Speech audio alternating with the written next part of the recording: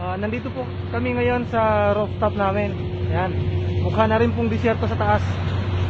Oh. Ayan. Kung mapapansin niyo po, sobrang kapal na rin ng... So ayun. Mapapansin niyo po, nandito na kami sa taas. So obviously, nag-aakit na po kami. So, tingnan niyo yung bubong namin. Oh. Para na ding disyerto, di ba? Pero magsulat ka nga dyan. Ano? Tignan mo yung engineer. Huwag mo nang bagitin yun. Magaling Tingnan natin. Papakita po ng isang ng kasamahan kong safety officer kung gaano po kakapal ang asphalt na tawag nito. Yan o. Ayun o. Sobrang dami. Grabe. Yun. Ay, teka. Smile po tayo na